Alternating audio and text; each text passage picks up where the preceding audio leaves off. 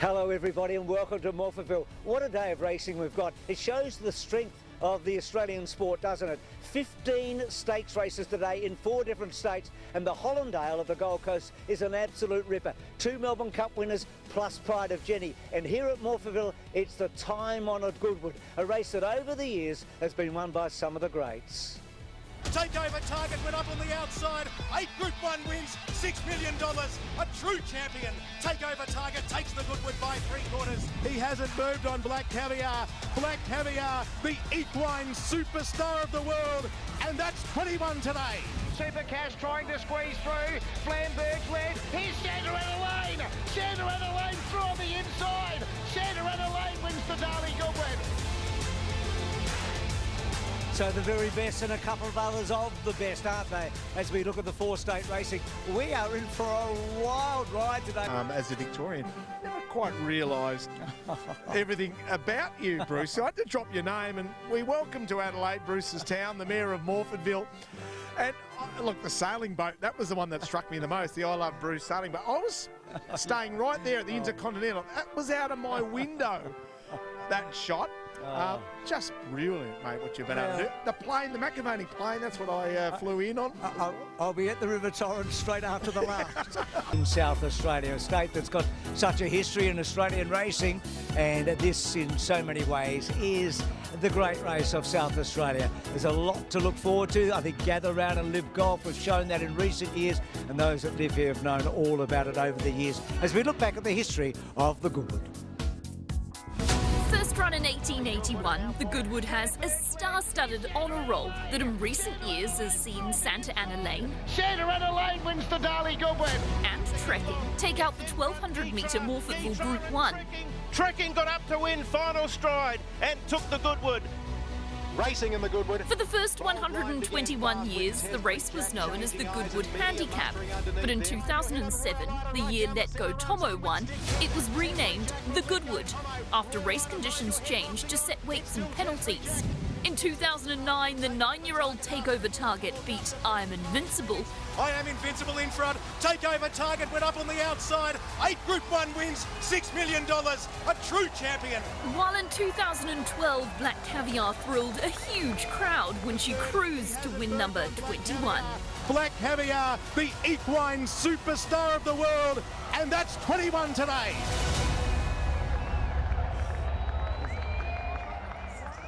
So, yeah, some of the history of the Goodwood, and we just saw Black Caviar coming back in those unforgettable scenes back in 2012. Lots of stories surrounding this one, Richard. Yeah, there certainly is, and Jason Holder's certainly one of those. I mean, this huge drought between Group 1s, this would be some sort of story. Have a look at, when you look at this vision, it just tells you it's a long time ago. Look at the jockey styles. Yeah, much more vigorous than they are today. So this was the Derby in 1997. So Stubby's 3 Group 1s came in 1994, 1996 and 1997, so it's been such a long, long time. And we're looking at some of the great nicknames in racing, and Jason Stubby Holder's hard to beat. Jason Whiting, nicknamed the Fish, is also there. Mark Duplessis, otherwise known as 2+3. P. King, the Duck from Perth as well. Paul Hammersley was known as MC, but my favourite, Bill Owen, Invoice. That is hard to beat. It's something you're very good at yourself. Let's have a look at the Cartwright's entrance song.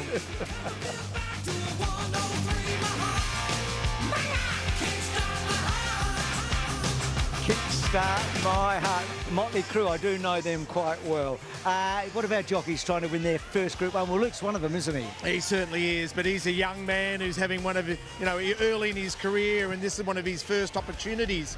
Whereas this guy is so close to our heart because he's been so close. And Daniel Stackhouse, I wouldn't have thought this was his best possible chance. I think Jacob Opperman's got a huge chance with a quality WA mare and Super Smink.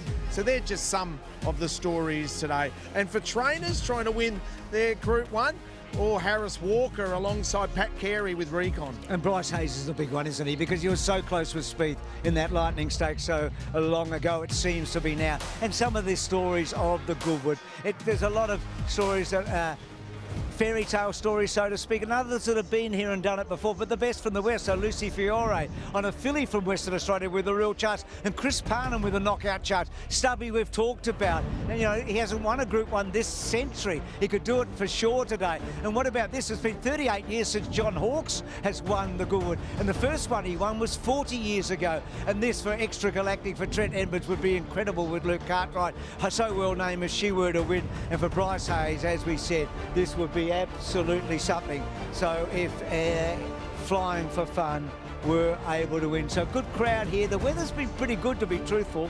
And those guys, not these young women, but those guys there, you had a beautiful photo taken, Richard.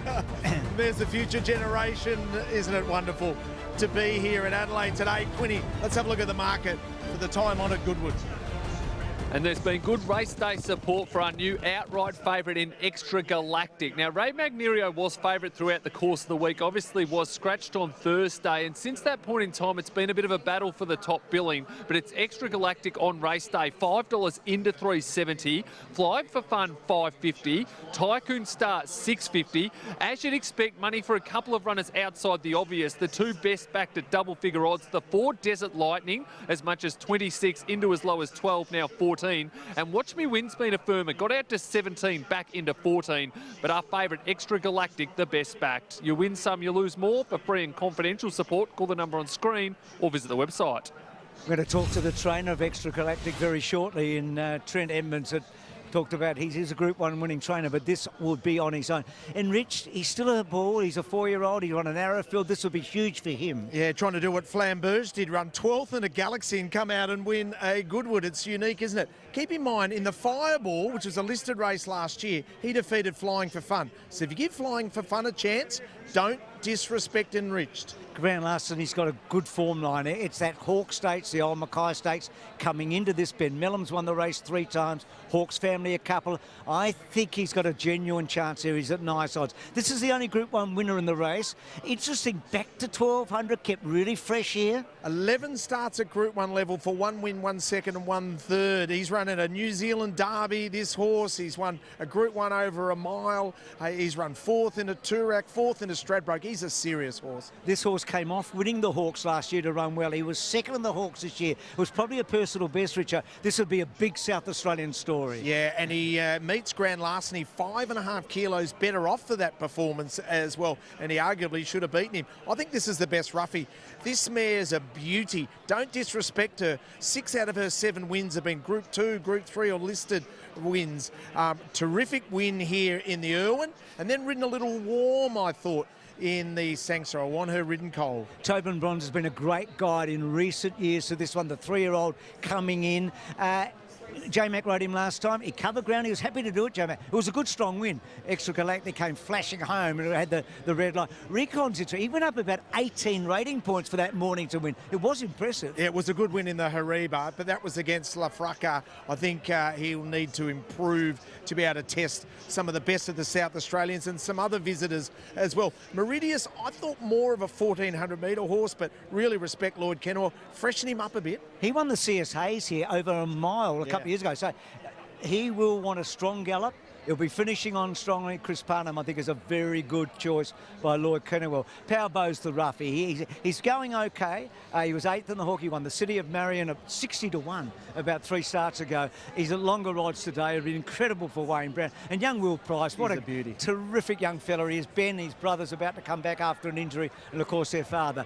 Midtown Boss, you talked about Stacky. Maybe this won't be. Well, maybe this will be the one, but this would be a shock. This would be a shock. I mean, this is a horse who showed so much ability early on in its career, especially down the straight. That was when it was putting together its very best performances. Lawrence Eels in the ownership here would be beside himself because he sold Benedetta for a huge price during the week. Flying for Fun, well, like Benedetta, who ran 3rd in a Sangster before winning the Goodwood, it looks terrific form. Speed on, rushed home, just missed in the Sangster. Yeah, she was enormous. I mean, she would have won another stride.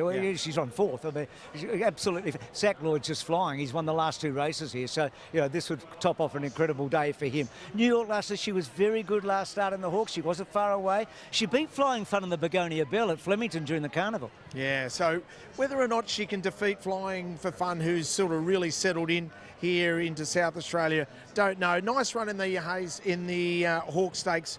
We spoke about that as a form reference. What do you do with Talk & Co, who actually, you know, comes through the same form reference as Ray Magnerio? And a bit like a super sneak of 2 years earlier, you know, Karrakatta Capeman and all that. Look, I think you've got to respect her, don't you? You do have to respect her, but, you know, can she give 1.5 kilos to the other 3-year-old filly in the race who's Extra Galactic, who we're about to see now? We'll go to Nick in a moment, but we've got Trent. Just quickly, Trent, you happy with the way she's paraded? Super, Bruce. Okay. Yeah, she's ready to pick. Okay, we'll get to you in 1 sec, Trent. Thank you for being with us. Give us the big bet, Quinny, from Ladbrokes. Extra Galactic bets on race day, 8,000 at 5 and 10,000 at 440. So hopefully that's music to Trent's ears. So, Trent, you must have undernard after the big run here a fortnight ago. Do you keep going and come to the Goodwood? Has everything been spot on? Everything's been really smooth, Bruce. Couldn't fault her. She was back home at Pakenham in her box less than 24 hours after the race and has not left a dipper of feed since the Tobin Bronze. Work's been super. Not that I've had to do a great deal with her, but yeah, she's been electric. She's been great. And did you and ah about this race, or were you thinking maybe a proud miss and go a lower grade, and then you went, actually, the more and more I analyse it, that was a great performance? Correct, Richo. Exactly right. So it was essentially Goodwood or bust. You know, we're throwing her in the deep end again, but she's got a very light weight, and I'm full of confidence in the filly. So she's ready to go. Trent, you've got some enthusiastic owners. I've met them over the last couple of weeks.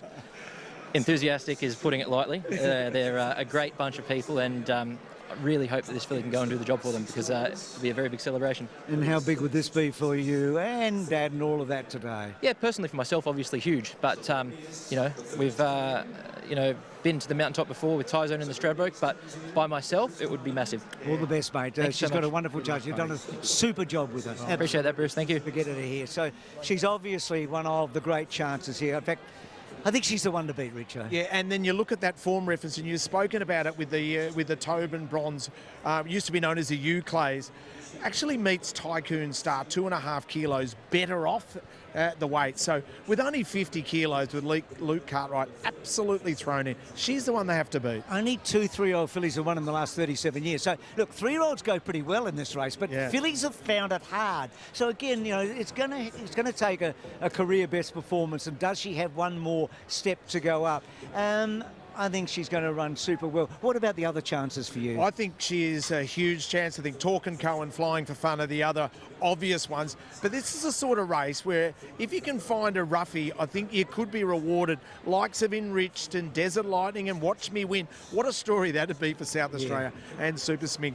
Part owned by Terry McAuliffe. We'll hear him. He's broadcasting for racing.com behind us. That horse has overcome so much to get to this day. Yeah, at one stage they didn't know whether they'd be able to save his life. I mean, a racing prospect, you're kidding. And here he is into his second Goodwood. He's a very brave horse, and he's going to run really, really well. One way or the other, I mean, it's just for a person to win the Goodwood. So what's happening There's here? a grand larceny. It just looks like Ben Mellum's just jumped off to allow the horse to make its way in. It got all the way out to the back there, so maybe it wasn't listening to the instructions, and it is the brother to yes, yes, yes, but it was saying no, no, no, exactly. Going forward.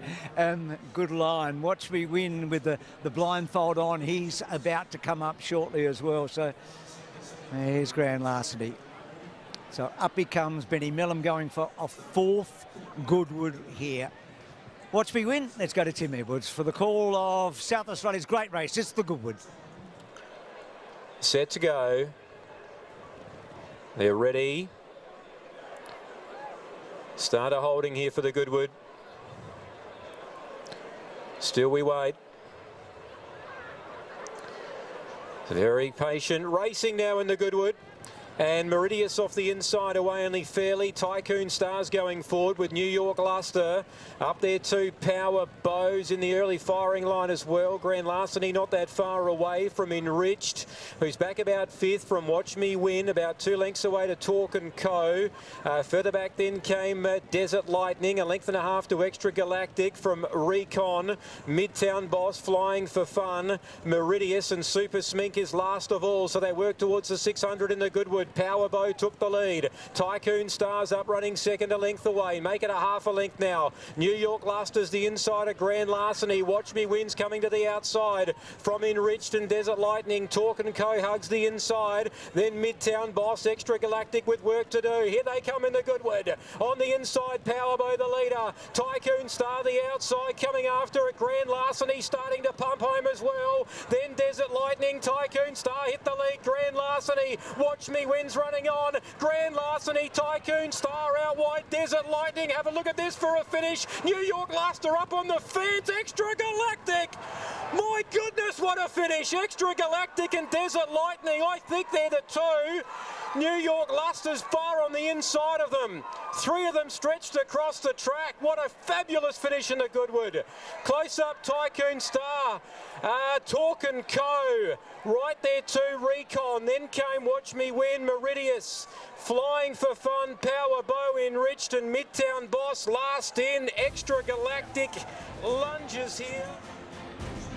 And she's got it. She will get there on the line. It was a fantastic finish to a fantastic race. It was a bob of the head. She's come with a thrilling run. Has she got there over Desert Lightning? No. No, boy, oh boy. We've got it all wrong here. So Desert Lightning. Oh, Moods, I apologise. Oh! What? Did you think Extra Galactic? No, I think everyone on the whole course thought Extra Galactic, and all of the owners were up and about and they were cheering, but it was Desert Lightning as PG Moody wrecks the fairy tale for the owners here. But this horse has been an absolute star, hasn't it? 11 times before today it had been tried at Group 1 level. It had won a Group 1 over in New Zealand, ran in derbies, ran 4th in a Toorak, had run up in the All Age and in Stradbrokes and the like, all the way up to Underwoods, Bruce, and it comes here at 1,200. That is a big win. And that is an enormous win, an incredible bob of the head. Grand Larceny was there for a long time. So Moods gets a third Goodwood. And with Cat Coleman here, Luke Nolan, of course, and it was just the most thrilling finish. I thought the filly had got up. And the Group 1 winner, Desert Lightning. What a training performance by Peter. I mean, the way they've been able to plot their path here. I know I saw a comment from Cat Coleman today saying, look, Pete's just such a clever, plotter and planner. This horse is ready for this race. Grand Larceny had his chance, just couldn't quite establish the gap, and looked like New York Luster at one stage, didn't it? Oh, it certainly did. There were so many good runs. Recon, did you notice Recon? Recon looked unlucky. Super Smink flashing down the outside. And keep in mind what Pete and Catherine Coleman have done with this horse. During the spring, they took him out to the Underwood. That's 1,800 metres, Bruce. Yep. They ran 5th in the Underwood, yet somehow they've been able to, freshen him up. He looks something licked for mine in the Hariba at around 20 to 1. He goes around at a big, big price today. Super win. Yeah, absolutely. And for Luke Nolan, another Group 1. I mean, Luke has made, in some ways, a bit of a comeback, hasn't he? I mean, that Golden Eagle like 3 or 4 years ago, and then the big Group 1. Of course, he's going to be riding probably the most exciting horse in the country. She's an alibi through the spring, isn't he? And if she were to clash with the Autumn Glow, but she probably goes to a Golden Eagle. But look at that. Bob of the head, and Desert Lightning, brave as ever. Extra Galactic, Luke Cartwright, oh, so close. So she's been the unlucky runner of the Morpheville Carnival. She certainly has. Peter Moody, 64 career Group 1s, one more than Kieran Maher, and you did mention the performance of Luke Nolan. It's fantastic for Luke. He's worked so hard. 42 Group 1s. He sits alongside the Babe. He's underestimated when you consider his great career. Look who he's gone past today. Yeah, that's right. He's gone past Ronnie Quinton. So, I mean, they're Hall of Famers we're mentioning. And Luke doesn't get mentioned in that breath. And, of course, 15 of them with the Mighty One. Oh, well, a big chunk of them. I do think he missed the first. But What a star. Oh, what a race. Nick, let's go to you from the tab, Nick Burney, for the market for the final event of the program from Gosford. Well, punters certainly started off well today, but they've given a little bit back with some roughies winning the last two, but they're ready to blast out here with a well-backed favourite in La Roja, who's been quite well supported into as much as $3.50 from an open of $4 today. It gets a lovely run, you would have thought, throughout transit. Hillier, first up, is on that second line of betting at $6. Scintilla, second up off a long spell on the same line at $6. Mordred came into as short as $6, just now out a point there to $6.50. It is rock hard fit. Mogul Monarch 7. And I'll throw one out there and stay focused. We've seen a little bit of support for this runner at $26. But La Roja, punters think this horse can get the right run and get the cash in the lucky last here at Gosford. What are you really gambling with? For free and confidential support, call the number on the screen or visit the website. Good on you, Nick. Cat Coleman's just joined us. Boy, oh boy, what a race, what a finish. Oh, wow. He's such a tough horse. He's such a character. He's a genuine stable favourite. You know, we just all adore him. And his owners, Chris and Sarah Green, they've travelled from New Zealand all the way to Adelaide today to be here for this. And he's a part of their family, and it's just so special. Yeah, and the remarkable thing, and Bruce and I have spoken about him, you know, he ran in a New Zealand derby. He ran in an Underwood not so long ago. It's hard to believe the versatility he's got. And here he is, over 1,200 winning a Group 1. Yeah, exactly right. You know, we thought he was going to be a horse that would stretch out over ground as well. And, you know, he just seems his best when he's fresh and happy and bouncing, and that's how he is today. So, oh, no, it's great, and a fantastic ride from Luke Nolan as well. Yeah, that combination is so famous, of course, with Black Caviar before your time. We talked about that earlier, didn't we? Yeah. Through the carnival. And Kat, tell us about, what sort of a horse is he? Because he's so durable. He is. He's so quirky. Like I said, he's got so much character. He's an older gelding, and normally they're the quiet ones that know their job and they don't cause too much fuss. Well, he carries on out there like a 2-year-old colt most mornings and upsets other horses on the track and bounces around the stable. And look, we share the duties there. I ride him a bit. Our stable apprentice Emily Posman rides him too and adores him. So, you know, he's a horse that everyone in the stable just loves. And what about the big fella? Where's he today? Moods is at Caulfield today. We've got a whole stack of runners there. So he's had a big day there. They've had a winner already, so maybe they can get one more. You're becoming the lucky charm for these Group 1s, you know. Oh, I'll happily take that. You notice that? Wherever you go. Well, you leave the old grumpy guts at home, don't worry. Well done, Kat. Thank you very much. What a great race, what a great result. Lizzie, all happening here at Morpheville. Congratulations to Team Moody and Coleman, and of course Luke Nolan as well. We've got the last race from Gosford not too far away. Congratulations, an incredible race, and what a finish. Yeah, I wasn't sure I got there, but good things happen to good people, they say. So he's owned by some very good connections, so that was what got us over the line. It wasn't because I'm a good blur at all, but he's been going very well, the horse at home, and I'm tremendously pleased for the stable, for the connections, and myself, and the horse, sorry, that he was able to win a Group 1 over an Oz. He's been around the mark at the longer trips, but he's come back in great order, this horse, and it feels satisfying to sort of get a job done with him here for sure. And fresh at 1,200 metres, or fresh, I mean, of course he ran in the Hariba, but kept on the fresh side. Is that the key to him now? Maybe. I think he probably maybe have a tilt if he gets a sound weight in a straight break. He was slightly unlucky in that race last year. Yeah, he was, wasn't he? So he can nearly go straight from here to there, you know. But I'll leave that in Peter's capable hands. Well, he might have your weight in a straight, wouldn't he? He's got a good rating, so he'd have me weight. And my weight's very good at the moment. Yes. I'm working very hard at it. Good on you, mate. But it's been a great result. Yeah.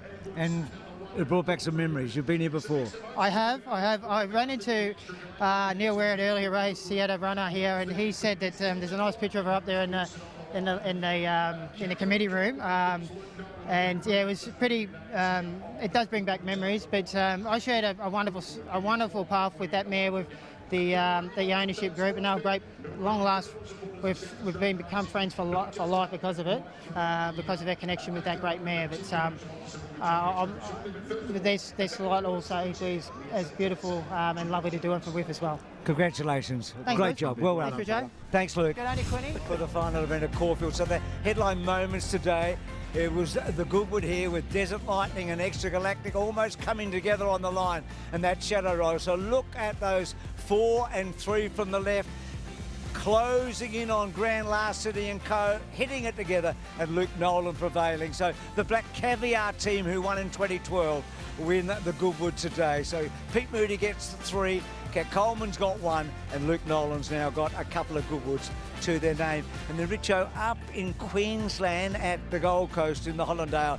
Well, remarkable scenes. Queen Elizabeth revisited in some ways with the big lead by Pride of Jenny. It was incredible, wasn't it? Declan Bates asking her for the absolute best, and he loved it across the line. Birdman flashed late to run second, but it was all about Kira Maher and Declan Bates and the Australian Horse of the Year. And speaking of Kieran, let's hear from him after the great win.